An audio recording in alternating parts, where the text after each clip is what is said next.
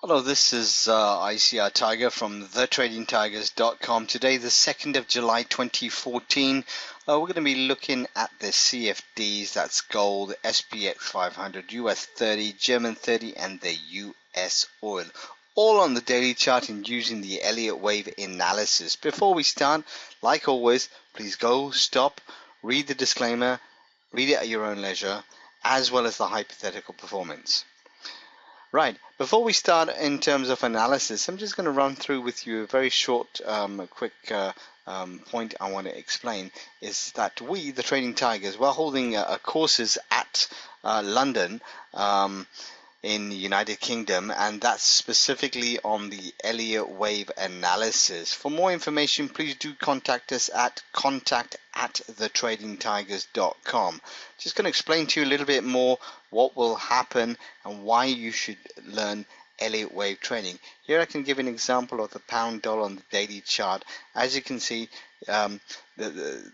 this move was at the bottom of the trend, and getting in at the trend was a key point, because isn't it better to know when to come out the trend and when to get into a new trend? So that's the key thing, being at the beginning and capturing more of that move. And where would we put our entries? Where would we put our stop losses, right? And then where to come out and why to come out at that location, and see how much of the move that one got. 2,500 pip move. You can learn this on the Elliott Wave course in London, right? That's the beauty about Elliott Wave. What will you learn on the course? You're going to learn from basic to advanced Elliott Wave. You're going to learn about impulsive waves, corrective patterns, all different types of patterns relative to the Elliott Wave, Fibonacci and mathematical applications, rules and guidelines of the Elliott Wave, and of course, most importantly, live trading using the Elliott Wave. That's right. Okay, fine. So now, if you want any more information, please go to contact thetradingtigers.com. Now, let's move now to our analysis. What are we looking at now? We're looking at gold, right? Gold has, as you can see, has this on the daily chart, has been pushing for highs and invalidated our previous wave count. So what we've done actually now, we moved, rejuggled the waves accordingly. In the last count that I gave to you, we were in a C wave, which was a downward move of the larger wave degree. That was black, and just black, and that was the cycle degree. And we're still in a C wave. We're still, the subordinate wave is the primary wave 3. However, the intermediate, we've actually made that now as a wave 2, right? So prices just hit the wave 2, and now we're looking for confirmation it is the wave 2. We're checking various different levels, and pretty sure that it could be there. Of course, once again, we're not going to start to pick highs. It has hit a certain level, but if we can see price move below here, that's at 1302.94. That's basically these lows down here. We could feel more comfortable about price moving down. We want to see price start pushing down at these levels. So basically all these lines will start heading downwards, and then we can feel more confident. Of course, if price moves further up, as you can see where my arrow goes, mouse goes, sorry, you'll be able to notice as it is. But if it goes beyond this level at 1391, then that can start to invalidate the next wave count that what we've got. Okay, fine. So if we go to our alternative count of what we have already made, I think this still stays intact. We have an ABC, a triangle occurrence, and there's the larger B, C, D, E, and then we'll look for the push to come down. Okay, so within there you can see an ABC, an ABC, and A, and we look for a B to come down, C to complete the wave E, of the larger wave degree and price to come shooting down. So that's something else that we can consider. So that covers gold for now. Let's move now to the SPX500 following the S&P 500. And once again, traders, this is specifically a CFD following the S&P 500, and it's not a direct index. So where are we standing right now? If we look at the wave count, we're in a wave 3 of intermediate going up. Break that wave down further, we're in a minor wave. Minor wave is in pink. It's hit a very significant level here of just about 1976. Are we expecting now wave 4 to come down? That's also where we're going to be looking at our other kind of indicators here, looking for price to come down further. Currently priced in the overbought area, and you can see there's been some sort of cross occurrence over there which represents this. So not a lot we can do. We've got to see a bit of a pullback before we enter, and that's what we're going to do. We're trying to re-strategize our trades right now and try to finish off accordingly.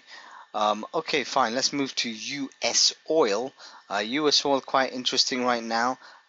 People have been emailing me and saying, look, are we in a wave 4? I think not. What do they mean by the wave 4? I'll explain to you as I move to the higher wave degree.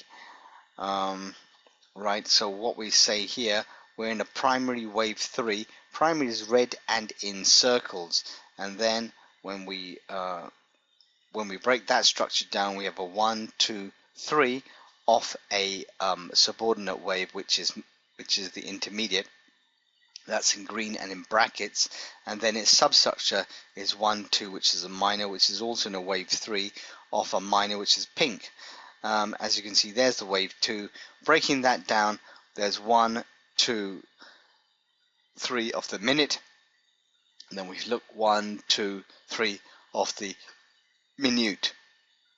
So probably I believe that the wave 3 minute has not been completed yet.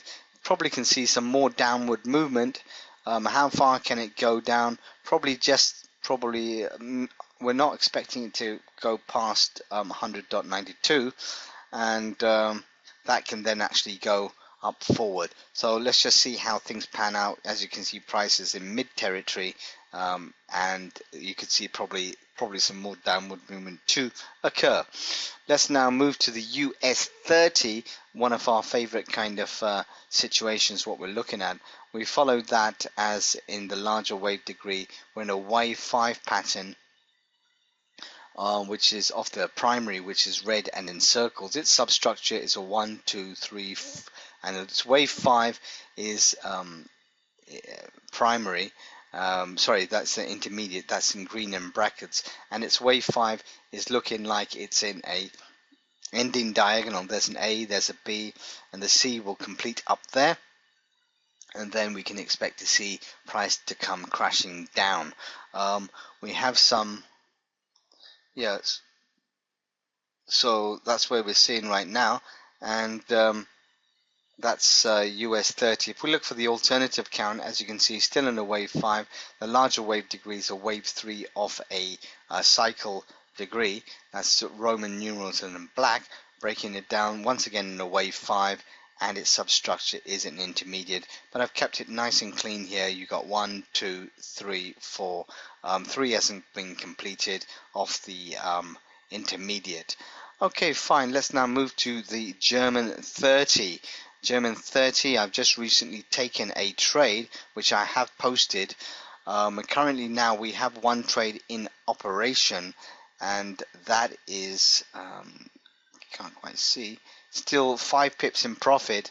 Here we've taken it at this level, which is 98.90, riding up on the long side, and now we've taken another trade at 98. Once again at 98.90, same kind of level, sorry, 99.36. So that's what we're looking for. Stop level for one of the trades is 97.15, and the other one's 95.97. Okay, fine. So it's probably looking that we can actually move this trade up, its stop loss up higher, to limit any possible losses. and target levels, as you can note. Yeah, we've put another entry at 97.15. That's if we can expect some more pullback to occur. Expecting for this wave 4, probably could not be in completion yet, but let's just wait to see what's happened. And we've got different target levels at 180 and 101.45, and the ultimate target 10.276. As you can see here, the SSD has a crossover. We're in mid kind of territory right now, and everything's looking quite positive for the upside. I'm more in consideration to move this trade either up here and just double the kind of exposure that what we have. That's also quite tempting to be able to do.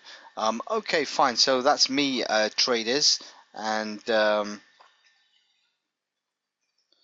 yep. So I'm ICI Tiger from thetradingtigers.com. Thank you.